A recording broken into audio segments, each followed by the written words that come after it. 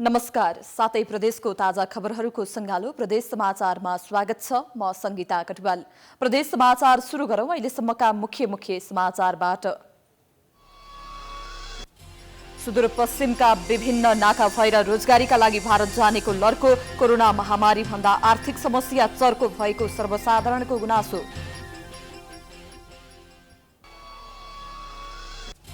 बर्दियाका युवाहरू कोरोना विरुद्ध जनचेतना फैलाउन चोकहरूमा पर्चा र मास्क बाँड्दै सरकारले गर्ने काम युवाहरूले गरेको भन्दै प्रशंसा।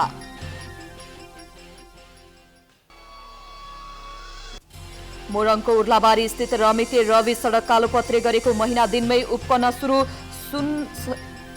स्तरहीन सामग्री प्रयोग गरेको भन्दै स्थानीय आक्रोशित। र प्रविधिको विकाससँगै खेती प्रणालीमा आधुनिक कृषि सामग्रीको प्रयोग बढ्दै प्राविधिक ज्ञान नहुँदा भने किसानलाई समस्या।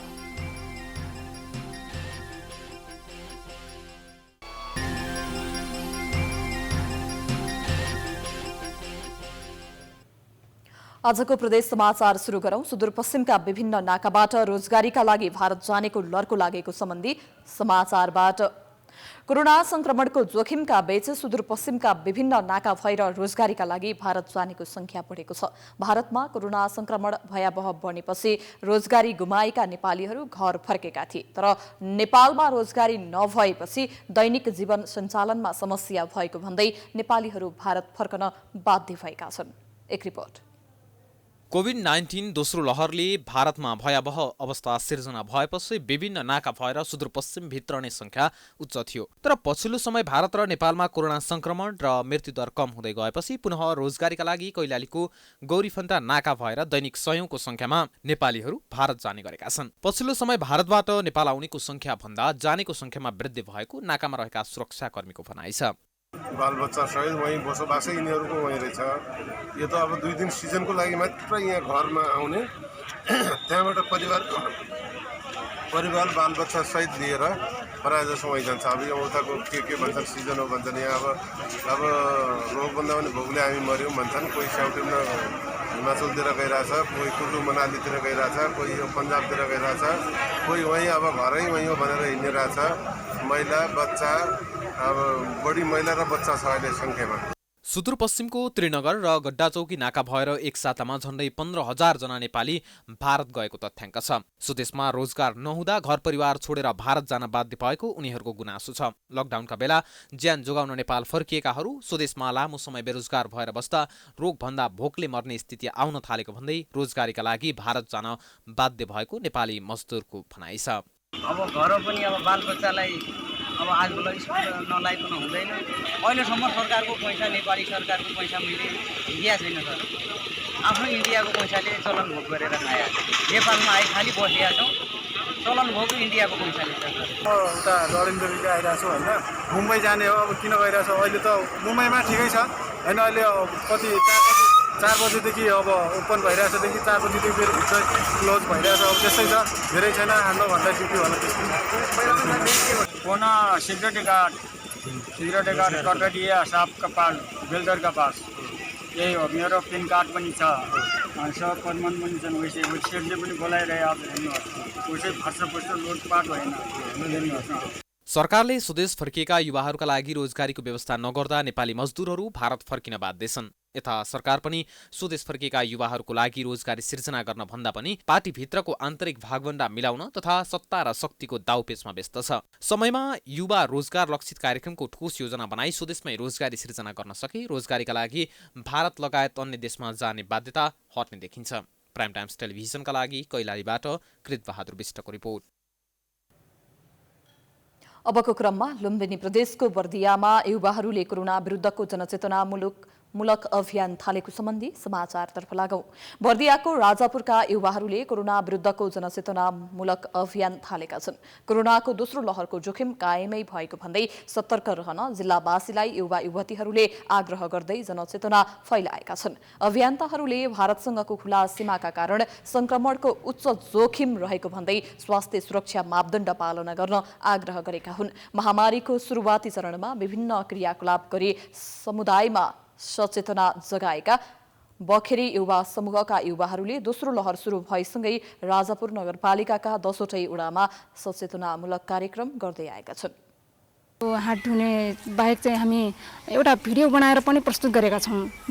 जस्तै कि भिडियोमा बोल्ने अनि ठाउँ भाषामा पनि नेपालीमा पनि भिडियो बोलेर अनलाइन मार्फत फेसबुकमा हालेर जोसँग फेसबुकको पहुँच छ उहाँले त्यो फेसबुकमा हेर्नुभयो र नहेरेकाले चाहिँ हामी यो प्रचार प्रसारको तरिकाले जिङ्गल बजाएर भए पनि पर्चा पम्पलेट टाँसेर भए पनि ताकि त्यहाँसम्म सूचना पुगोस्, कसैले त्यो लेखेको पढेर भए पनि मनन गरून्, त्यो हिसाबले हामी कार्यक्रम गरिरहेका छौँ।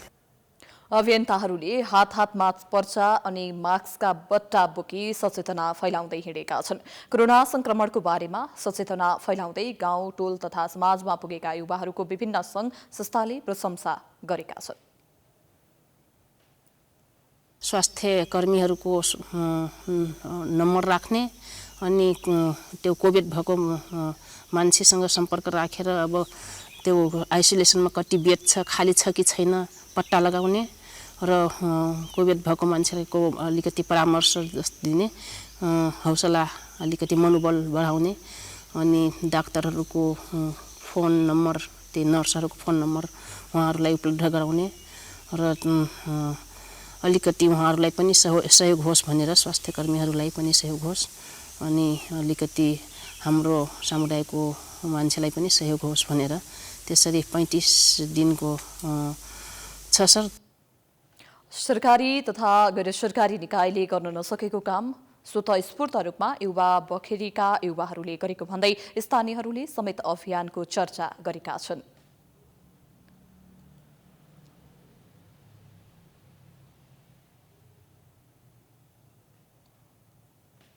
प्रदेश समाचारमा पालो भएको छ विश्रामको।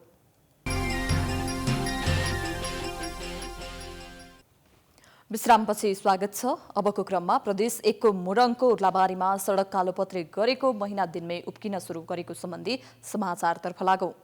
मोरङको उर्लाबारी स्थित रमिते रवि सडकको कालोपत्रे गरेको महिना दिनमै उब्किन सुरु गरेको छ। उर्लाबारी किसान चौक हुँदै मिल्काजुङको टाढी जोड्ने सडक खण्डको किसान चौकमा गरिएको 700 मिटर कालोपत्रे उब्किन थालेको छ। असारे विकासमा गरिएको हतारको कामका कारण गुणस्तरहीन काम भएको भन्दै स्थानीय आक्रोशित भएका छन्। एक रिपोर्ट। पिच गरेको 1 महिनामै उब्कन थालेपछि निर्माण प्रक्रियामाथि प्रश्न उठेको छ। ढुन्डी कन्स्ट्रक्सन निर्माण सेवा रतुवा माईले 1 करोड 17 लाख रुपियाँमा कालोपत्रे गरेको थियो। कालोपत्रे गरेको सडक 1 महिनामा नै उब्कन थालेपछि निर्माण सामग्रीको गुणस्तरीयता तथा निर्माण प्रक्रियामाथि नै प्रश्न उठेको हो। पिच उब्कन थालेपछि ठाउँ ठाउँमा खाल्डा पर्न र सडकको गिट्टी छरिन थालेको छ। मिक्लाजुङको टाँडीलाई सहज रूपमा पूर्व पश्चिम राजमार्गसँग जोड्ने सडकलाई प्रदेश 1 सरकारले गौरवको योजनाको रूपमा नामाकरण गरेर समावेश गरेको छ। प्रदेश स्तरीय योजनामा समावेश भएको सडक खण्ड भए तापनि नेपाल सरकार सडक विभाग मार्फत अर्को ठेक्का आह्वान गरी कालोपत्रे गरिएको 700 मिटर सडक भने महिना दिनमै भत्किन सुरु गरेको हो। बर्खा मासमा एक त यो ठेक्का लगाएर यो काम सक्नु हुने थिएन, किनभनेदेखि यो मट्टितेल भनेको पानीको शत्रु जस्तै हुन्छ। पानीको शत्रु भएपछि यो मट्टितेल यो पानीमा टिक्दैन र कि त मट्टितेलको धेरै मात्रा भएर यस्तो भएको हो कि न त यो पहिलेको थिचाइ कम्ती भएको हो। तर यो के छ भने किसान चोक टाँडीमा अहिले धेरै अत्याधिकै खाल्टा खुल्टिने परेको छ। यो न त ठेकेदारको कम्ती हो न त स्थानीयले हेरचाह नगरेकाले हो। सडक निर्माणको जिम्मा पाएको निर्माण कम्पनीले योजना सम्पन्नताको प्रमाणपत्र सम्बन्धित निकायमा पेश गर्न बाँकी नै रहेको भए तापनि सडक भने ठाउँ ठाउँमा भत्किन सुरु गरेको छ। निर्माण सम्पन्न भएको महिना दिनमै भत्किन सुरु गरेपछि स्थानीयहरूले सडकको गुणस्तरीयतामाथि छानबिन गर्न माग गरेका छन्। बिस्कुन लगाएको त होइन, यो हामीहरूले घर अगाडि यस्तो हुन्छ, 1 महिना नभई यस्तो भयो भने यो के भएको हो हेरिदिनु पर्यो। अब के भन्नु, अब हामीले बुढाबुढी मान्छे यसो हिँड्नु भन्दा पनि हेर्नु त यस्तो छ, पुर्लुका लडिन्छ, यो यस्तै गर्नुपर्छ, यस्तै बनिन्छ। ऊ राजमार्ग पनि खोइ कति हिँड्छन् गाडी, यस्तो हुँदैन त। के भएको यो कसरी यस्तो बनिएको बाटो यस्तै हो। प्रदेश सरकारले गौरवको योजनाका रूपमा लिएको सडकको प्रवेश स्थलमै निर्माण गरिएको कालोपत्री महिना दिनमै उफ्किनुमा योजनाका प्राविधिक र ठेकेदारको मिलेमतो गरी कमसल काम गरेको जनप्रतिनिधिको आरोप छ। हामीले बारम्बार चाहिँ उहाँहरूलाई चाहिँ अनुरोध गर्दाखेरि पनि अब सबै कुरा त हामीलाई थाहा हुँदैन। जनप्रतिनिधि भन्ने बित्तिकै सबै कुरा त हामी विज्ञ छैनौँ। त्यो मेटेरियल कसरी लगाउने, कति ढुङ्गा गिटी हाल्ने, कति सामान के लगाउने भनेको त हामीले केही हुँदैन।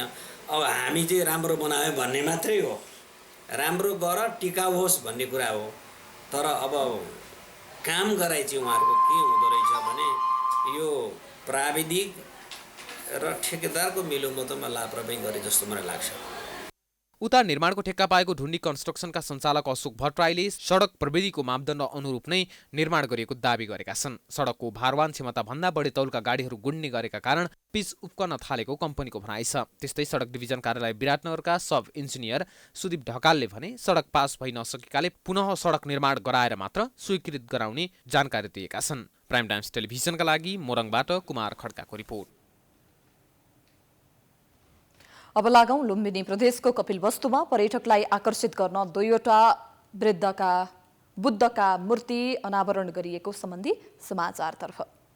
कपिलवस्तुको नीलहवा र गोटीहवामा 2वटा बुद्धका मूर्ति अनावरण गरिएको छ। पर्यटकलाई आकर्षित गर्ने उद्देश्यले कनकमुनि र क्रुकुछन्द बुद्धको प्रतिमा अनावरण गरिएको हो।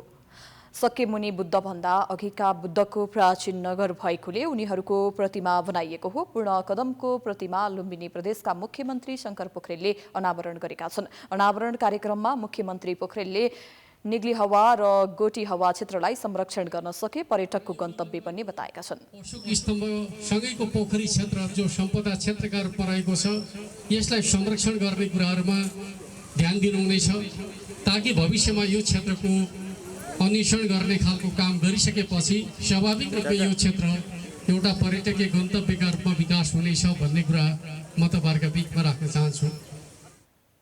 1 करोड 60 लाख लागतमा 2वटा मूर्ति निर्माण गरिएको हो। कपिलवस्तु नगरपालिका 6 स्थित निग्लिहवा कनकमुनि बुद्धको जन्मस्थल हो भने गोटीहवा क्रुछन्द बुद्धको जन्मस्थल भएको भनाइ छ।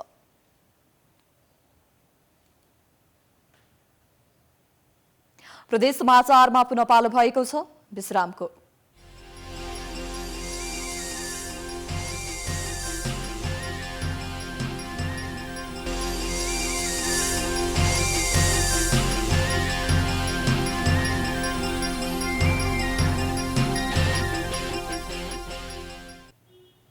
विश्रामपछि स्वागत छ। अन्तमा प्रदेश 1 को सुनसरीमा खेती प्रणालीमा आधुनिक कृषि सामग्रीको प्रयोग हुन थालेको सम्बन्धी समाचारतर्फ लागौं। प्रविधिको विकाससँगै पछिल्लो समय नेपालको खेती प्रणालीमा आधुनिक कृषि सामग्रीको प्रयोग हुन थालेको छ। परम्परागत खेती प्रणालीबाट उत्पादनमा कमी हुनुका साथै समय बढी र खर्च समेत बढ्न जाने भएको भन्दै किसानहरूले प्रविधिको प्रयोग गर्न थालेका छन्। एक रिपोर्ट। आधुनिक कृषि सामग्री भित्रिएसँगै सुनसरीका किसानहरूले खेती प्रणालीमा प्रविधिको प्रयोग गर्न थालेका छन्। प्रविधिको विकाससँगै परम्परागत रूपमा प्रयोग हुने हल गोरु विस्थापित हुँदै गएका छन्। कृषि यन्त्र उपकरणको प्रयोगबाट किसानहरूलाई सहज भएको छ। सरकारले कृषिमा आत्मनिर्भर बन्ने भन्दै वर्षेनै करोडौं रकम कृषि क्षेत्रमा लगानी गरिरहेको छ। उत्पादनमा वृद्धि गर्ने भन्दै किसानलाई बिउ, मलदेखि यन्त्र, उपकरण समेत सरकारले अनुदानमा वितरण गर्दै आएको छ। तर विभिन्न क्षेत्रका किसानहरू कृषि प्रविधिप्रति अनभिज्ञ हुँदा परम्परागत रूपमा खेती गर्न बाध्य भएका छन्। परम्परागत रूपमा हल गोरुबाट खेतीपाती गर्दै आएका सुनसरी, मोरङ, झापा लगायतका किसानहरूले मजदुरको अभाव भएपछि कृषि यन्त्र उपकरण प्रयोग गरेर खेती गर्न थालेका छन्। कृषि मजदुर र खेताला पाउन छाडेपछि किसानहरूले कृषि यन्त्र उपकरण प्रयोगमा वृद्धि भएको हो। कृषि उपकरण प्रयोग गर्न थालेपछि खेतीपातीका लागि किसानहरूलाई सहज भएको छ। मेसिनहरू तपाईँको हाम्रो त्यो सरसँग कुरो भएको थियो, राइस प्लान्टरको जुन कुरो भएको थियो यसपालि तपाईँको दिन सकेन। त्यो आएको भए हामीहरू यहाँ किसान अरू धेरै फाइदा पाउँथे, तर त्यो फाइदा यसपालिको लागि आएको छैन। र हाम्रो किसानको त यही हो। अब किसान अब तपाईँको जतिखेर खाद मल चाहिन्छ नि किसानलाई, अनि तपाईँको डिएपी पोटास छर्ने बेलामा डिएपी पोटास छैन नेपालमा। हेर्नु 5 वर्षमा चामलमा आत्मनिर्भर हुने सरकारी लक्ष्य नजिक पुग्न जमिन र भूगोल तथा हावापानी अनुरूपको खेतीको छनौट हुनुपर्ने कृषि विज्ञहरूको भनाइ छ। जमिन अनुसारको खेती गर्ने प्रविधिको विकास गर्न सके मात्र चामलमा आत्मनिर्भर हुने कृषि विज्ञहरू बताउँछन्। अहिले एरिया कम भएको हुनाले उन्नत जातहरूको तपाईले बिउ मात्रै राम्रो बिउ गर्नुभयो भने लगभग चाहिँ 20% चाहिँ उत्पादन बढ्छ। त्यसकारणले गर्दाखेरि चाहिँ तपाईले एकदम भरपर्दो ठाउँबाट बिउ खरिद गर्नु पर्यो र उन्नत जातहरू र जति सक्दो भर्खरै रिलिज भएका सिफारिस भएका नेपाल सरकारले भर्खरै सिफारिस गरेका जातहरू चाहिँ लगाउनु भयो भने उत्पादन चाहिँ बढिदिने हुन्छ। त्यस्तै रोग किरा पनि प्रतिरोधी जातहरू चाहिँ हुन्छ, जसले गर्दा किसानलाई फाइदा हुन्छ र उत्पादन पनि बढिदिन्छ। कृषि उपकरणको प्रयोग बढेसँगै खेतीपाती गर्न किसानलाई सहज भएको छ। खेती लगाउनेदेखि स्याहार्न समेत विभिन्न कृषि उपकरणको प्रयोग हुँदै आएको छ। उपकरण भित्रिएसँगै सरकारले माटो र मौसम अनुसार मल बिउ समयमा उपलब्ध गराउन सके पक्कै पनि कृषिमा आत्मनिर्भर बन्ने देखिन्छ। प्राइम टाइम्स टेलिभिजनका लागि सुनसरीबाट विकल रेग्मीको रिपोर्ट। यो सँगै हामी प्रदेश समाचारको अन्त्यमा आइपुगेका छौं। जाँदा जाँदै प्रमुख समाचार पुनः एकपटक। सुदूरपश्चिमका विभिन्न नाका भएर रोजगारीका लागि भारत जानेको लड्को। कोरोना महामारी भन्दा आर्थिक समस्या चर्को भएको सर्वसाधारणको गुनासो।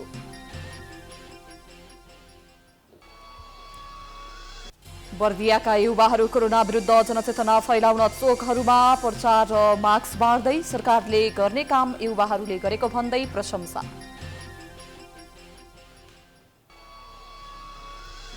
मोरङको उर्लाबारी स्थित रमिते रवि सडक कालोपत्रे गरेको महिना दिनमै उपकन सुरु। सुन गुणस्तरहीन सामग्री प्रयोग गरेको भन्दै स्थानीय आक्रोशित। र प्रविधिको विकाससँगै खेती प्रणालीमा आधुनिक कृषि सामग्रीको प्रयोग बढ्दै प्राविधिक ज्ञान नहुँदा भने किसानलाई समस्या।